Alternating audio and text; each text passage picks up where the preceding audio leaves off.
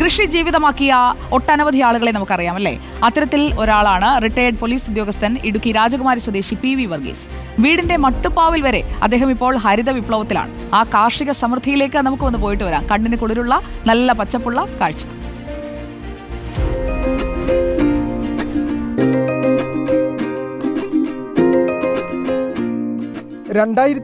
ജൂണിലാണ് SI ആയിരിക്കെ Varghese വിരമിച്ചത്. തികച്ചും കാർഷിക കുടുംബത്തിലെ അംഗമായ അദ്ദേഹത്തിന് കൃഷി ജീവനാണ്.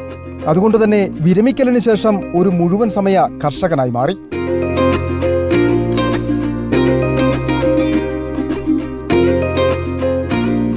ചെറുപ്പം മുതൽ കൃഷിയോട് താല്പര്യം. വീട്ടുമുറ്റത്ത് വരെ പച്ചക്കറി നട്ടുപരിപാലിക്കുമായിരുന്നു. പിന്നീട് ഔദ്യോഗിക ജീവിതം ആരംഭിച്ചതോടെ കൃഷിയിൽ നിന്ന് അല്പം അകന്നു. എന്നാൽ ഇപ്പോൾ കൃഷിയാണല്ല. വർഗീസിന്റെ വീടും മട്ടുപ്പാവും പുരയിടവുമെല്ലാം വിവിധയിനം പച്ചക്കറികളും പഴവർഗ്ഗങ്ങളും നാണ്യവിളകളും കൊണ്ട് സമ്പന്നമാണ്.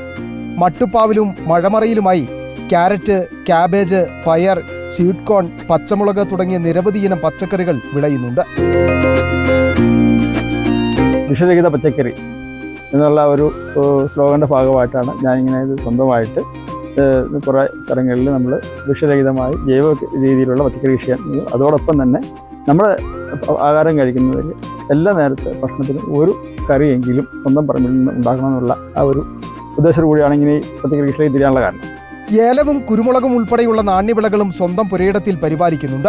ഒപ്പം പഞ്ചായത്ത് വക ഭൂമി പാട്ടത്തിനെടുത്ത് ചോളമടക്കമുള്ള ഭക്ഷ്യവസ്തുക്കളും ഉൽപ്പാദിപ്പിക്കുന്നു. ഇതോടൊപ്പം കന്നുകാലികളെയും പരിപാലിക്കുന്നുണ്ട്.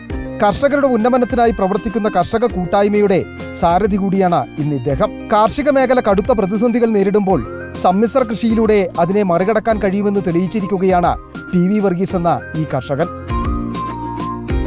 റിപ്പോർട്ടർ, ഇടുക്കി.